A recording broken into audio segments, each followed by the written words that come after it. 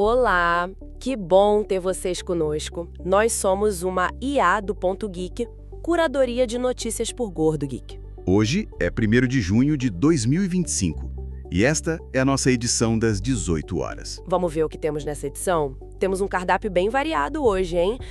Passando por tecnologia de ponta na China, novidades em wearables... Sim, o futuro dos carros elétricos, diplomacia espacial... cibersegurança com nomes de hackers e falhas críticas, a saúde financeira das aéreas e até, olha só, avanços na neurociência contra a dor e a dinâmica das redes sociais. Muita coisa. Bastante coisa mesmo. Vamos lá? Começando lá pela Ásia, a TechRadar está falando de um movimento grande no mercado de chips chinês, né? Parece que duas empresas importantes, Haigon e Sugon, estão juntando as forças. O que significa, assim, na prática? Olha, é um passo estratégico bem importante da China para, tentar diminuir a dependência de fora e dar um gás na capacidade própria em computação de alto desempenho, sabe? O famoso HPC.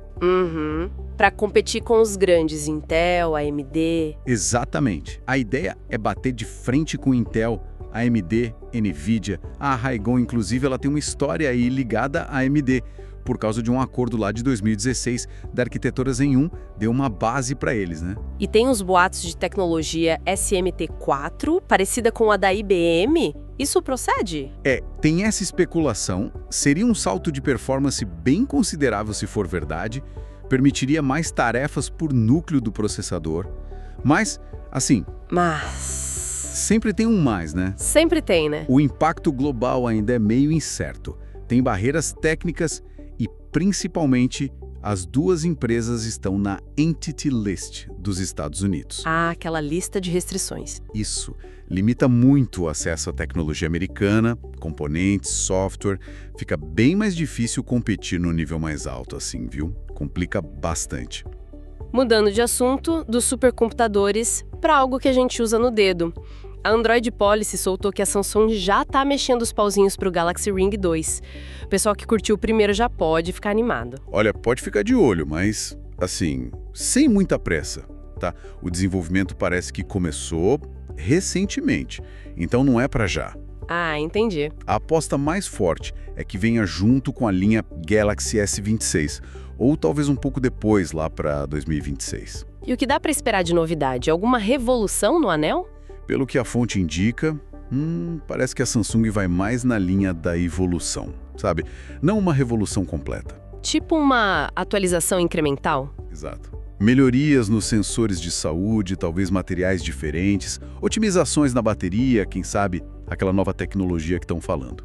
E, claro, software e conectividade melhores. O design em si não deve mudar muito, é mais refinar o que já existe. Agora, falando em tecnologia que facilita a vida, né? Especialmente para quem tem carro elétrico.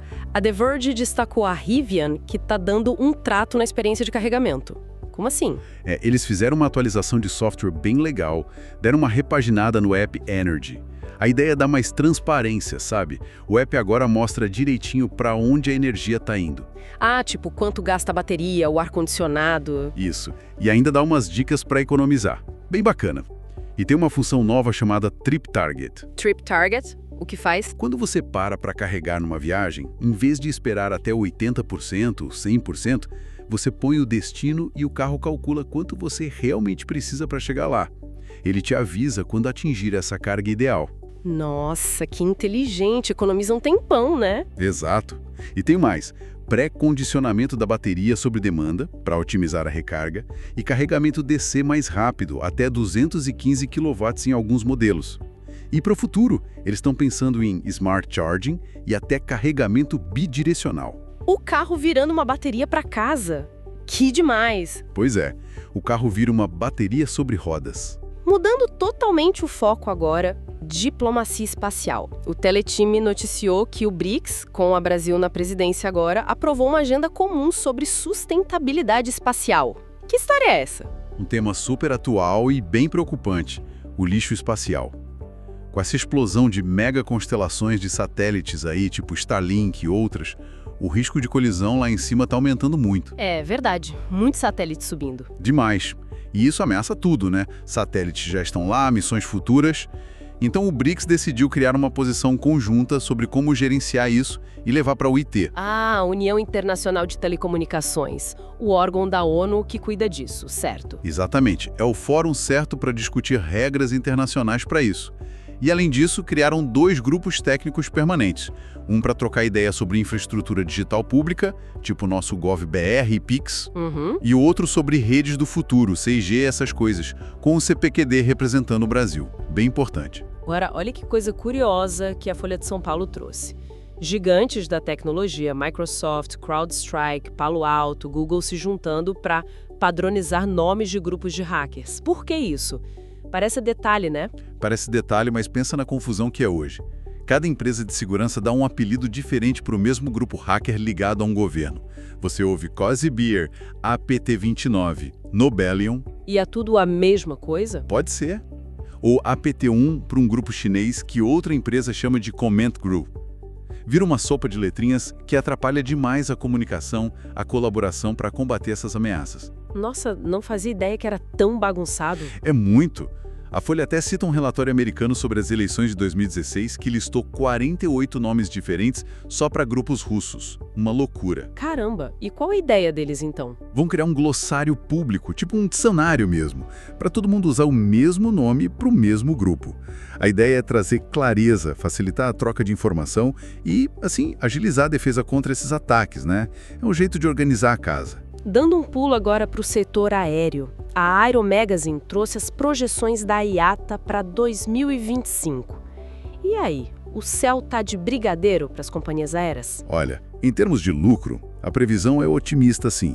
A IATA projeta uns 36 bilhões de dólares de lucro líquido global em 2025. Uau! E por quê? Principalmente pela queda esperada no preço do combustível, uns 13% mais barato. E a demanda por viagens continua fortíssima, quase 5 bilhões de passageiros. A receita total deve bater recorde, quase 1 trilhão de dólares. Números impressionantes, mas sempre tem um porém com a IATA, né? Quais os desafios? Exato, não é só festa. A margem de lucro ainda é baixa comparada a outros setores, sabe? Qualquer crise geopolítica ou alta no combustível já complica. E ainda tem os problemas da entrega de aviões novos, da Boeing, da Airbus. Isso limita o crescimento. Limita. E para a nossa região, América Latina, a desvalorização da moeda pesa nos custos, que são muito em dólar. E para o Brasil, tem a preocupação com aquele possível imposto alto da reforma tributária, né? O tal VAT de 26,5%. Ah, sim. E o combustível sustentável, o SAF? A produção deve dobrar, o que é bom, mas ainda vai ser tipo menos de 1% do total. Ainda tem um longo caminho para descarbonizar o setor aéreo. Agora uma notícia que, nossa, parece saída de ficção científica lá da Gizmodo. Cientistas ensinando pessoas a controlar as próprias ondas cerebrais para sentir menos dor. Como assim? É fascinante mesmo. Desenvolveram um sistema chamado Painwave. Ele usa um headset de EEG, sabe? Aqueles que leem a atividade do cérebro. Sei, com os eletrodos. Isso. E combina com um aplicativo que é um jogo. O paciente joga usando a mente. Usando a mente. Para dor, como funciona? O sistema treina a pessoa a modular as ondas cerebrais ligadas à dor crônica, especialmente a neuropática. A ideia é aprender a aumentar as ondas alfa de relaxamento e diminuir outras, como teta e beta, que ficam alteradas na dor. É como se a pessoa aprendesse a recalibrar o cérebro para sentir menos dor, entende? Que incrível! E funcionou?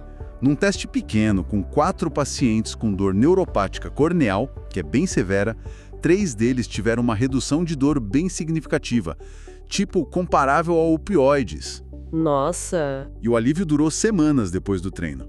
É uma luz no fim do túnel para tratar dor sem remédio, né? Mas claro, ainda precisa de testes maiores para confirmar tudo isso. Falando em tecnologia e comportamento, a Mashable analisou como os influenciadores de notícias, jornalistas, analistas, estão usando as redes sociais, comparando Blue Sky e o X, o antigo Twitter, depois da eleição do Trump em 2024 lá nos Estados Unidos. O que eles viram? Olha, teve uma mudança interessante. O uso do Blue Sky, aquela rede descentralizada, mais que dobrou entre esse pessoal, de 21% para 43% entre a eleição e março de 2025. Teve uma migração, ou pelo menos uma experimentação, né? Ah, então o Blue Sky tá começando a incomodar o X nesse meio? Incomodar talvez, mas roubar a cena ainda não. O X continua dominando, e muito. 82% deles ainda tem conta lá, e só 6% estão só no Blue Sky. A maioria está nos dois ou só no X mesmo. E a atividade? Postam mais onde? A atividade também mostra o domínio do X. 83% postam frequentemente lá, contra só 21% no Blue Sky. Mesmo quem foi para o Blue Sky, parece que continuou usando mais o X como canal principal. Curioso. E um dado interessante. Quem migrou ou usa mais o Blue Sky tende a ser politicamente mais à esquerda. Parece que o ambiente do X afastou mais esse grupo. Alerta vermelho na segurança agora. A TechRadar está falando de uma falha crítica no V-Bulletin, aquele software popular de fóruns. Isso é grave. É gravíssimo e risco alto mesmo.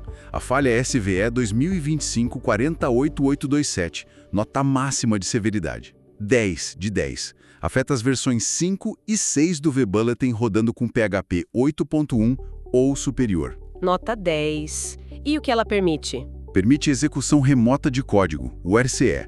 Basicamente, o invasor pode rodar comandos no servidor do fórum sem precisar de senha, nada. É a chave da porta dos fundos. Meu Deus. O pior cenário.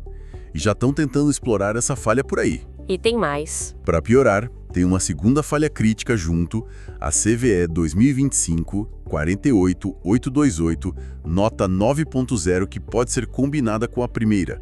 A empresa lançou correção, mas parece que foi meio na moita, sabe?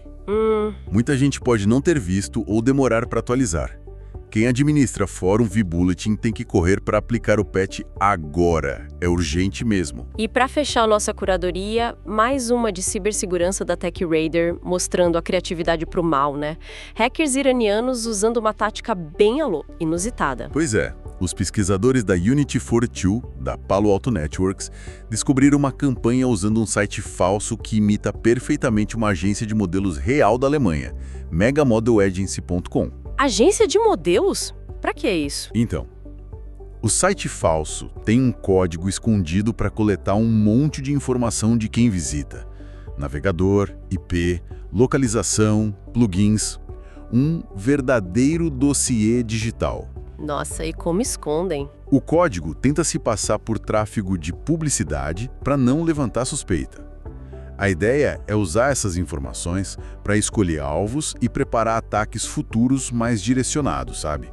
Que tipo de ataque? Dentro do site falso tem uma página específica, um perfil falso de modelo, que eles acham que é por onde o ataque viria depois. Pode ser para entregar malware, tipo vírus, ou para roubar senhas com phishing. Entendi. A suspeita é que seja o grupo Agent Serpens, ou APT-35, ligado ao Irã. Uma tática bem elaborada para preparar o terreno para o ataque. Bem esperto, né? Para o mal, claro. E por essa edição é só. Esperamos que esta análise detalhada das fontes seja útil e tenha trazido informações relevantes para quem nos ouve. Se você gostou desta nossa conversa e da curadoria, não esqueça de deixar seus comentários, curtir e compartilhar com os amigos. Nós fazemos várias curadorias como esta ao longo do dia, sempre buscando trazer o mais importante. Muito obrigado pela companhia e até a próxima.